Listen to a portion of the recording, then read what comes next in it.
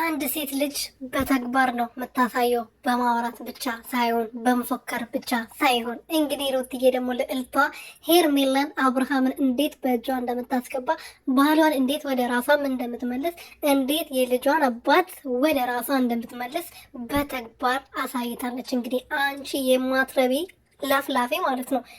ለፍልፊ ብቻ እንጂ ወሬ ብቻ ጉራ ብቻ ማለት ነው። ዝም ብሎ መጎረር ነው ስራሽ። ምንም ያደረግሽው ምንም ያሳየሽን ነገር የለም ከመለመን ውጪ። እግር ላይ ተደፍተሽ ጉልበት ላይ ተደፍተሽ ለሱ እንደተደፋሹ ቤተክርስቲያን ብትደፊ ብትጸልይ ኖሮ ከሱ የበለጠ በደንብ አድርጎ እንደ እንቁላል የሚከባከብሽ እንደ ንግስት እንደ ግራ ጎኑ እንደ ሚስት አድርጎ ለልጁ እናት አድርጎ ሚሾምሽ ባልታገኝ ነበረ። ለአብርሃም እንደተንበረከሹ ለቤተ ክርስቲያን ሄደሽ ተንበርከሽ ጸሎት ብታደርጊ ኖሮ ማለት ነው።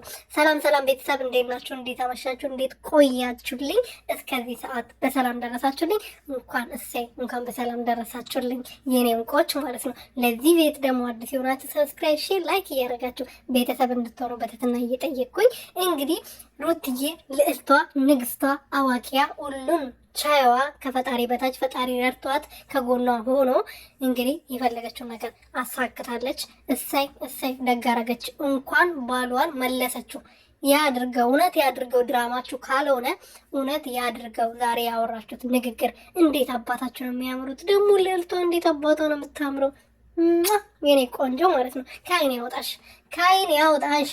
እኔ ሌላ ምንም አልልሽም። እና ከክፉ ነገር ይጠብቅሽ፣ ከዛች ከኤርሜላ አይን ይጠብቅሽ። የምሬ ነው። ከኤርሜላ አይን ይሄ አሚር የሚባለው ይሄ ከነ ከንፈሩ ከነ ጫቱ ምናምን እንዴት አባቱ ነው የሚያስጠላ። ከአቤል ከሁላችሁም ይጠብቅሽ። አቦ ይጠብቅሻ። እኔ ሌላ ምንም አልልሽም። የምሬ ነው። እና ዛሬ እንግዲህ በተግባር ነው ያሳዩን። ደስ ብሎኛል። ዛሬ ምንም አልከፋኝም። እውነትም ይሁን ውሸትም ይሁን ደስ ብሎኛል።